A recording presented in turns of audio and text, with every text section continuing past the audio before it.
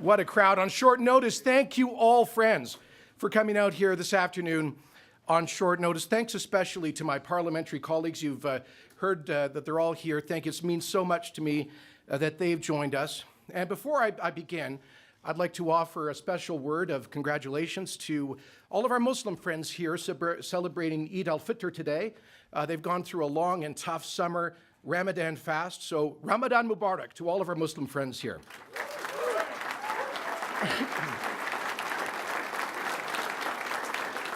Friends, today I want to talk to you about the principles that animate my public service and how I've fought for those principles in the past and how I hope to do so in the future. But let me begin by saying that there are a lot of people here who are very special to me, and I wish I could call out each one of them, but I'm just going to do that for two people. First of all, my mom.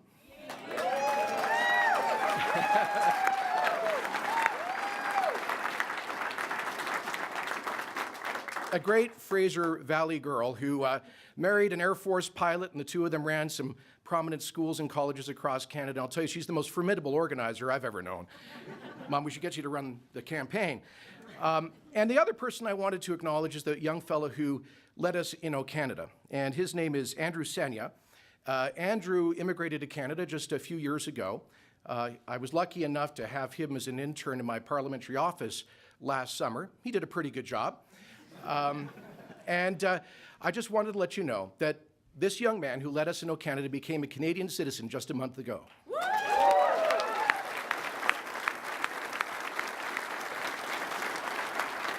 We're proud of you, Andrew. Andrew reminds us of why we are all here. As we rededicate ourselves to the true North strong and free, we see in the face of a young, new Canadian like Andrew the promise of the future and the greatness of a country that draws people from every corner of the earth to a land where dreams come true.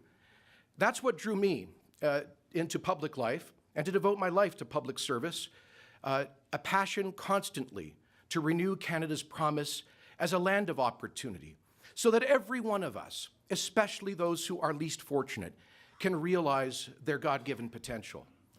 But friends, the greatness of Canada is not an accident of history. Every day, people join our Canadian family having left behind countries seized by corruption, poverty, and tyranny. Why then are we different? Why are we considered a model to the world in so many ways? It's not because, as Justin Trudeau says, we are a, quotes, post-national state, or that because we do not have, quotes, a core identity. No, it's not because we are a reflection of the world.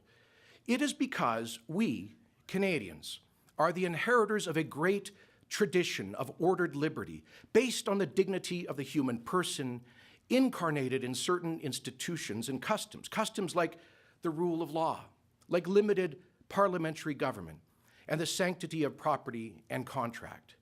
From these have come the brilliant achievements of free markets, free enterprise, and democratic capitalism, of innovation and prosperity, all of which have harnessed human freedom to lift countless women and men out of poverty and despair to realize the greatness of their potential. Now, those aren't normal talking points, but I say these things because I want to start at the beginning. Far too often in politics, we forget what we're really about. We lose track of the first principles that move us, that motivate us. So I say to you, these are my first principles. I am a conservative because I believe we have an obligation to transmit and renew these traditions of ordered liberty that have helped to make Canada the envy of the world.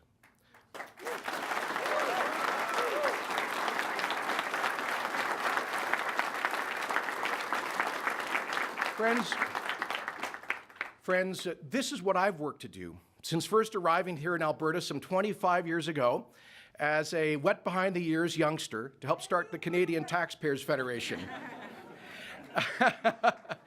At the time, government was growing and freedom was shrinking. Governments at all levels were raising taxes, running huge and growing deficits, racking up massive debts on future generations.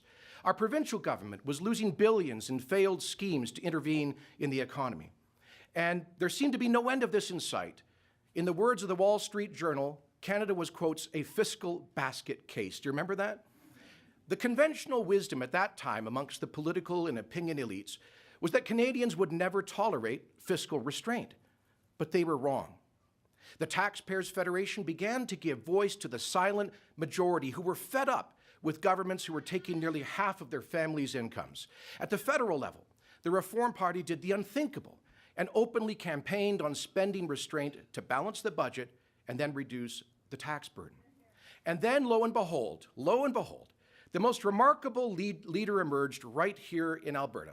That man with a twinkle in his eye, the late, great Ralph Klein.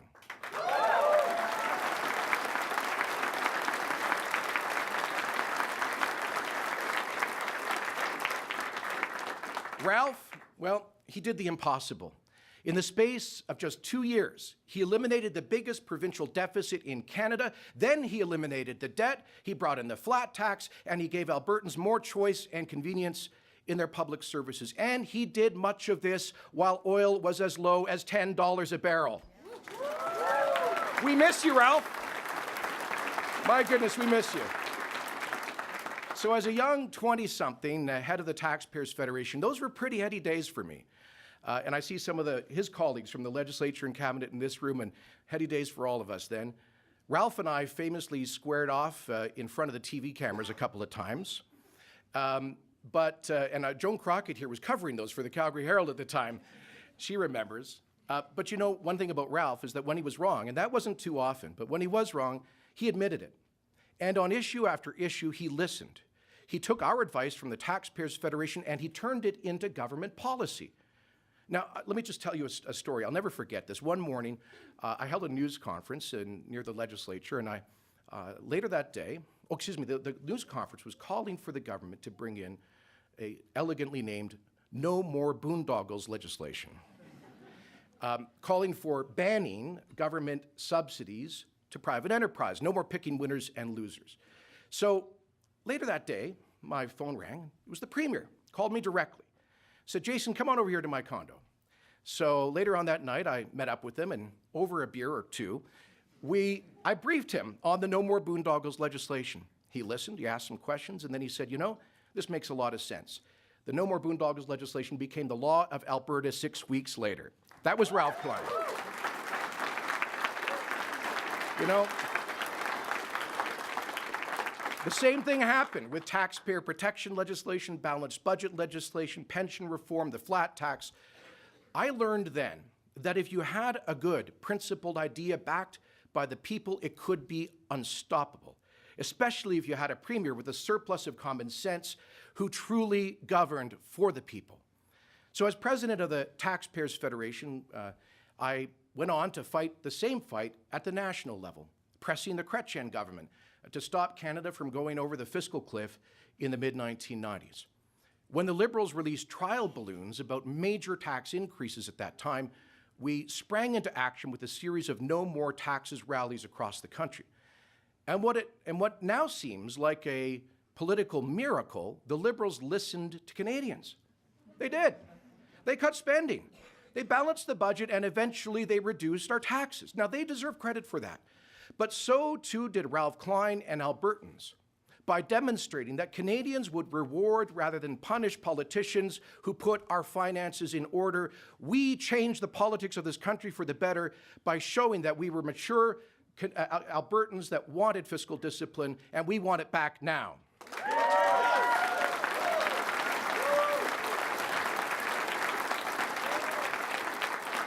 So friends, emboldened by these experiences, I decided to take the fight for more freedom to the floor of the House of Commons.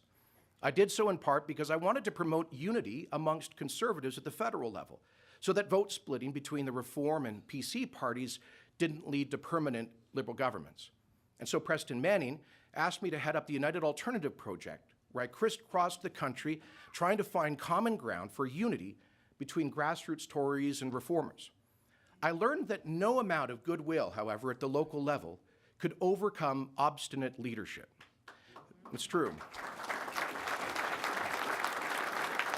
Thousands of grassroots Tories, they wanted to stop the division, but Joe Clark and a small group of insiders shut them down at every pass. But eventually, two courageous leaders stepped forward, Peter MacKay and Stephen Harper.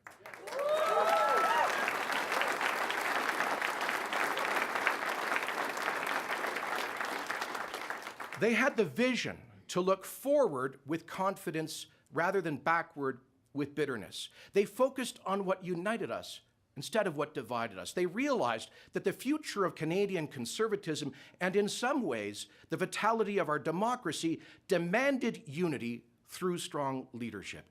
Leadership which led to the creation of the Conservative Party of Canada 13 years ago, and to the longest-serving Conservative government in the 20th century.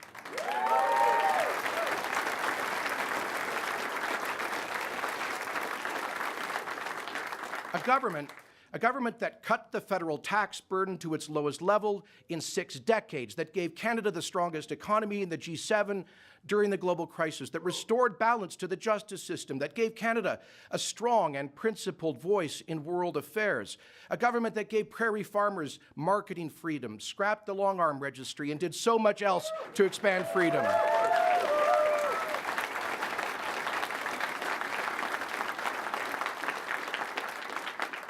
I was honored to play a role in that Conservative government as Canada's longest-serving Minister of Citizenship and Immigration, implementing fundamental reforms to help new Canadians succeed while strengthening the fairness and integrity of the system.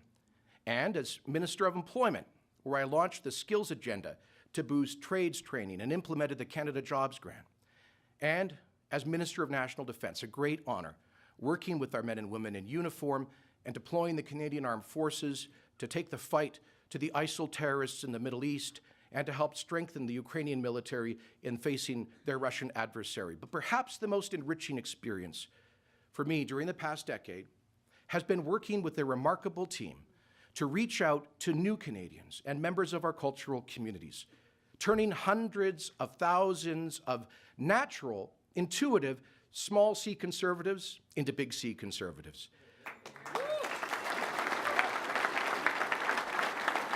Now, it's true that I literally attended thousands of events, earning me the nickname the Minister for Curry in a Hurry. I think some people in the Chinese community nicknamed me the Smiling Buddha, which I take as a compliment. I didn't just get nicknames, I also acquired a couple of extra notches in my belt at these, on the Curry circuit. But it's also true that in doing so, I was consistently inspired. I was truly inspired by the stories of so many Canadians who had overcome remarkable adversity to make Canada their new home and to succeed and to contribute to our society. And I am proud to say that over 3 elections, we doubled the Conservative vote amongst new Canadians and became the only center-right party in the world that wins a higher percentage of votes amongst immigrants than native-born citizens.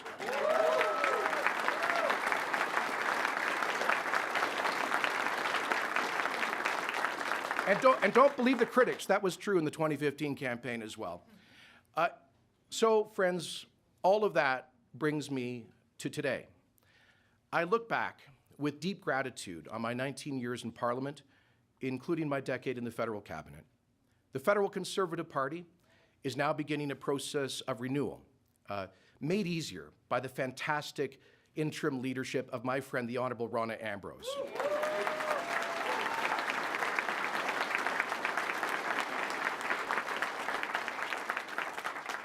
And I have been encouraged by thousands of Conservatives to play a role to help lead that renewal by pursuing the federal party leadership. I thank all of those people for their confidence in me.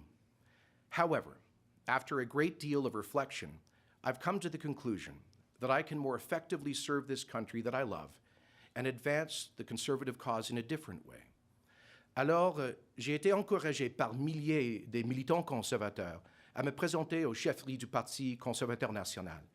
Je les remercie de leur confiance envers moi, mais j'ai pris la décision que je peux faire davantage pour la cause et pour mon pays que j'aime d'une façon différente.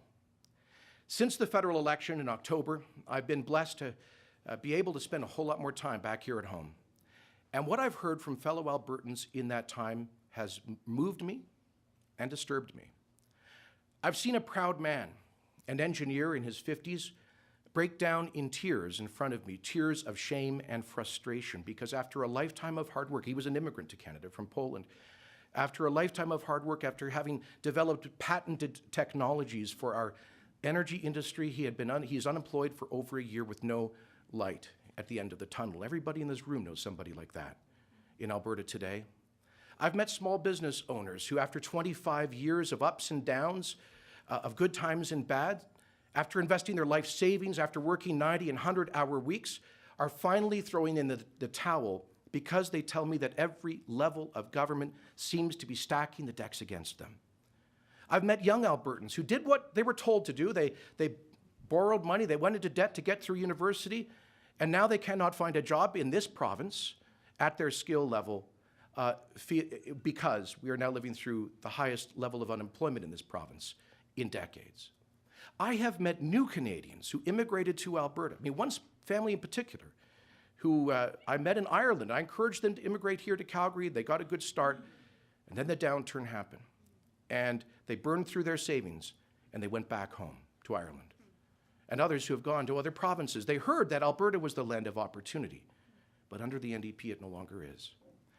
Albertans I meet cannot believe that we have a government that is systematically destroying the Alberta advantage that made this province a magnet for risk takers and wealth creators. And they are disturbed to find that we have both federal and provincial governments that seem today to be ashamed of our huge engine of wealth and opportunity, our oil and gas industry.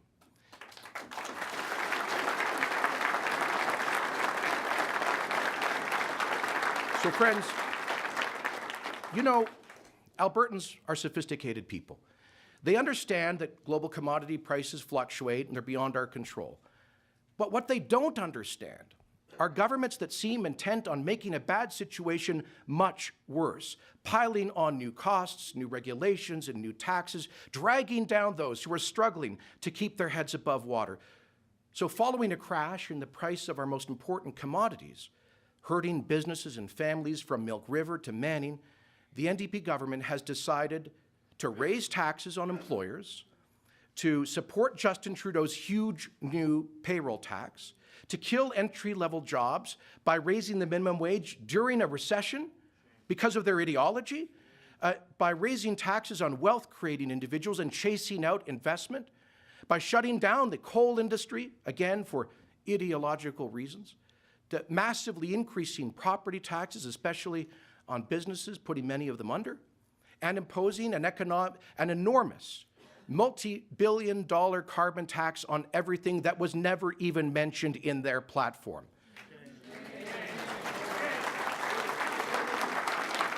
For which they have no democratic mandate. And now, imposing costly new regulations with no regard whatsoever for their economic impact. A government that has attacked Alberta's hardworking farmers with Bill 6, and that will rack up, by the end of this term, at least $47 billion in new debt on future generations. And let me just pause there to say, I talked about what Ralph did. It was not easy. It required sacrifice. It required enormous sacrifice from every sector of Alberta society to balance the budget, to pay down our debt, and to create the Alberta advantage. And these guys in Edmonton, for ideological reasons, are just throwing all of that sacrifice away and imposing $50 billion of new debt on future generations. You know, to quote Ronald Reagan, their attitude seems to be that if it moves, tax it, if it keeps moving, regulate it, and if it stops moving, subsidize it.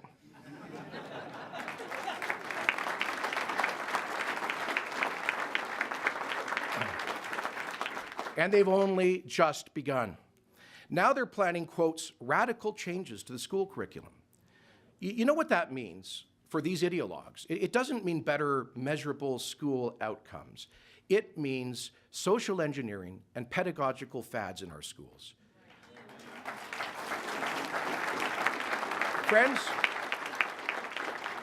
enough is enough. We must fight the ideological agenda of this accidental NDP government to limit the damage that they do to our province now, and we must do everything within our power to eliminate the risk of a second NDP term, which would be catastrophic to the long-term future of Alberta.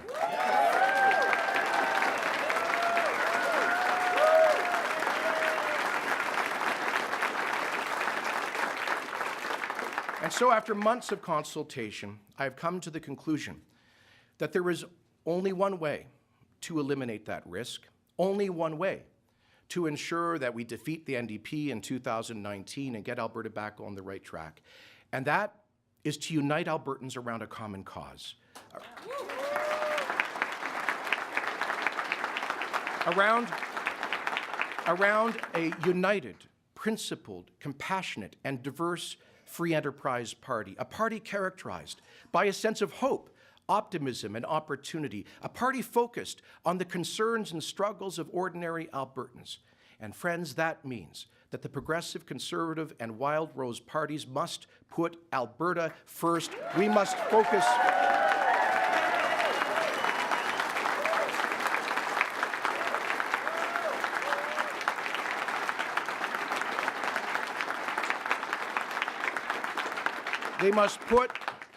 we must put Alberta first, and we must focus on the future, not the past, on what unites us, not what divides us. We must come together to form a single free enterprise party, and we must do so before the next election.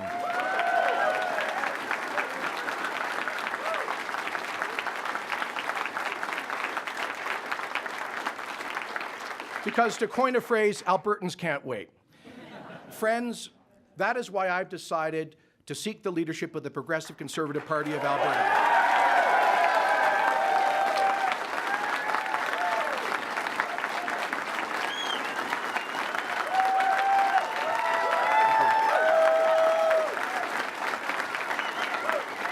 Thank you.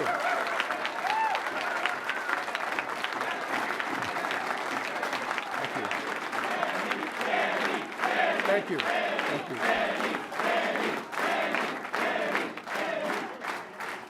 That is why I've decided to seek the leadership of the Progressive Conservative Party of Alberta, seeking an explicit mandate to unite with the Wildrose Party and all like-minded Albertans so we can defeat the NDP and put this province back on the right track.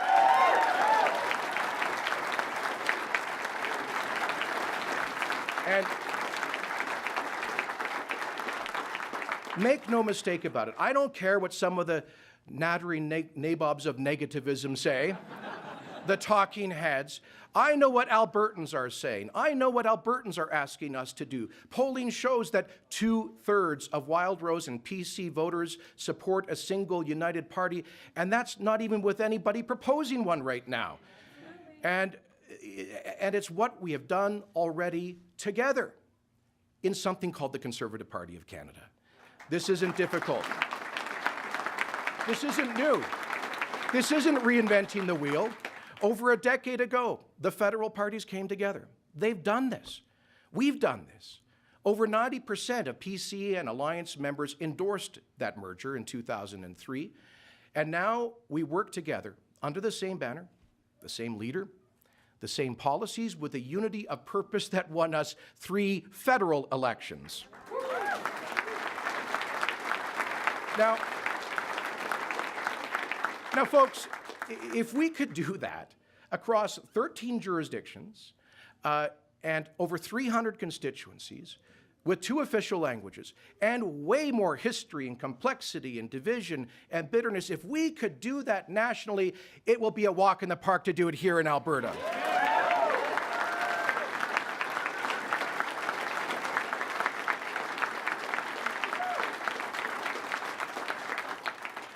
And so if you remember one thing from this today, let it be this.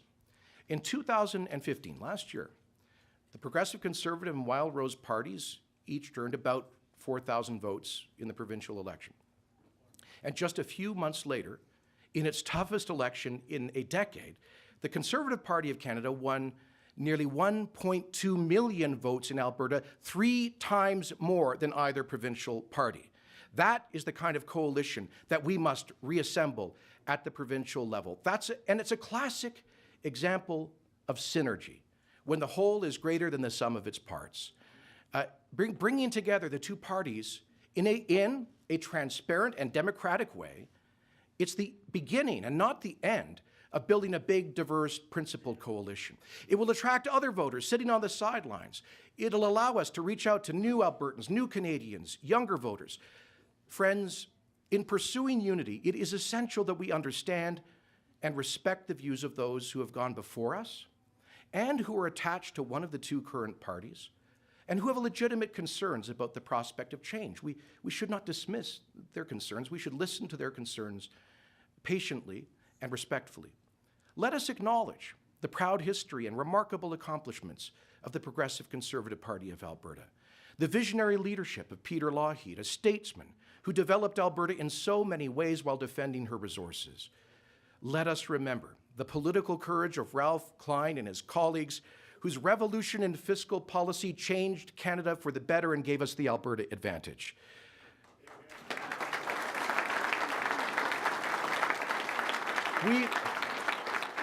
We must honor all of those, including many in this room, who have contributed to these and other achievements, including the current PC caucus, under the capable leadership of my good friend Rick McIver, who are working hard to hold the NDP to account.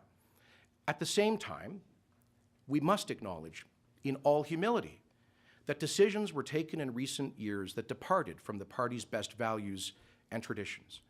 That's why hundreds of thousands of Albertans created a new political home in the Wildrose Alliance, focused on conservative principles and democratic reform. Let's be clear. Wildrose supporters are not our enemies or our adversaries. They are our friends and our fellow travelers, our neighbors and our co-workers in the federal Conservative Party. They are the voters who helped to keep the PC governments in office for the better part of 4 decades. They are family. We are all family together.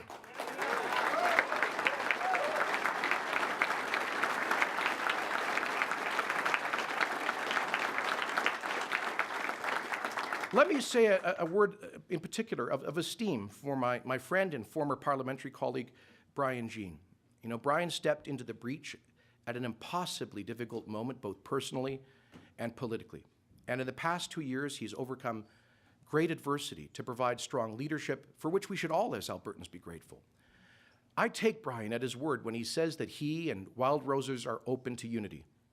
But they need a willing dance partner, he says, in the PC party.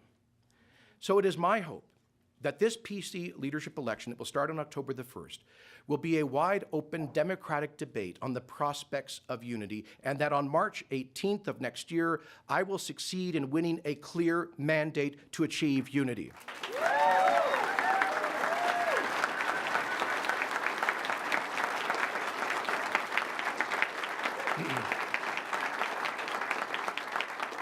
I'll have more to say about the details of this tomorrow. But let me make one thing absolutely clear. We must never repeat what transpired in December of 2014.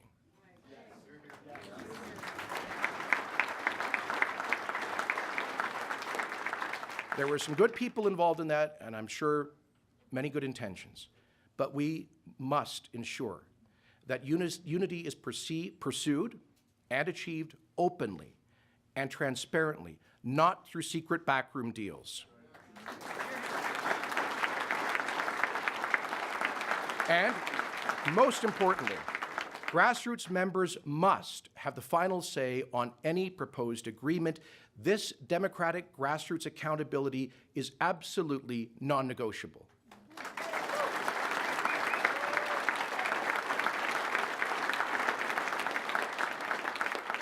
Now, it's understandable that some of our fellow Albertans would see a new united party as an end to an important institution, an end to one or two parties. But I encourage those Conservatives to see unity not as an end, but as a new beginning, as a fresh start. After all, Alberta is the land of new beginnings and fresh starts, isn't it? Now, many people will question whether all of this is possible. There will be no shortage of naysayers who will say it can't be done. Well, folks, to those naysayers who will dream up every reason under the sun why we cannot unite, I have this to say. Albertans always have been and always will be can-do people.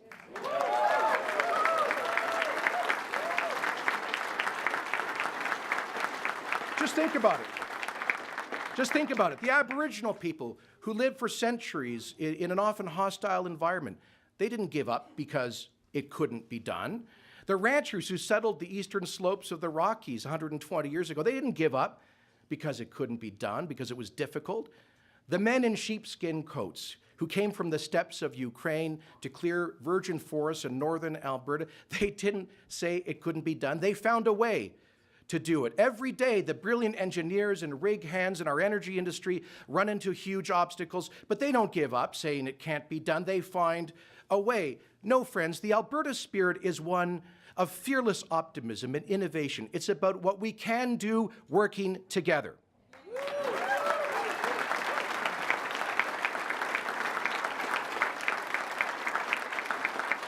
You know, my favorite conservative, Winston Churchill, once said that, quotes, "The pessimist sees difficulty in every opportunity, and the optimist sees the opportunity in every difficulty." Friends, I'm an optimist. We are optimists. They say that where there is a will, there's a way. And it is abundantly clear to me that Albertans have a powerful will to unite. Now, as somebody unencumbered by the arguments of the past decade in Alberta politics, I am offering my candidacy in a spirit of servant leadership as a vehicle for that popular will to unite. This is about a lot more than a merger between two political parties. It's about uniting Albertans of all backgrounds and walks of life. If you feel abandoned by the PC governments in recent years, I hear you. We hear you. But the time is now to move forward united. Join us. If you're a federal conservative who's never before been involved in provincial politics, we need you. Please join us. If you're a Wildrose supporter who wants to see a single common sense free enterprise alternative to the NDP, please join us. If you're a nurse who wants more flexibility and innovation and less central control and bureaucracy in the healthcare system, please join us. If you're a union member about to lose your job because of some NDP policy like closing down the coal industry, please join us. If you want strong, world-class environmental protection that does not jeopardize jobs and our standard of living, join us. If you want to end the NDP's massive multi-billion-dollar carbon tax on everything, join us.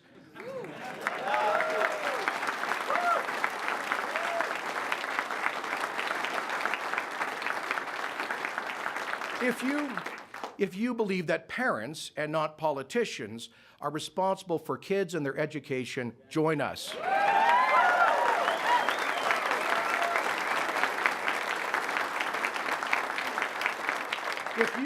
If you are a hardworking Albertan who's never before been involved in politics, but you're deeply concerned about the direction of our province, please join us. This campaign is bigger. It is bigger than any individual. And the time is now to move beyond egos. That reminds me, when Peter Lougheed was elected in 1971, he had a one-word slogan, now. Well, now is the time. Now is the time to move beyond egos, beyond nostalgia for the past, beyond recriminations and pointless division. It's about this province, her people, and their future.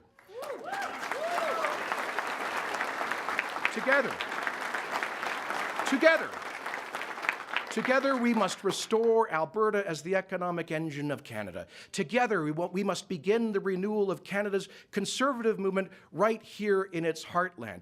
Canada is counting on us to get this right. With strong leadership that is aligned with the democratic will of ordinary Albertans, we can do this. Our province and many of her people are going through a time of real adversity. But united, we will get Alberta back on the right track for them. United, we will restore this province as a beacon of freedom and hope and opportunity. And united, we will emerge, as in the words of Alberta's motto, strong and free. Thank you very much. God bless you. God bless Alberta.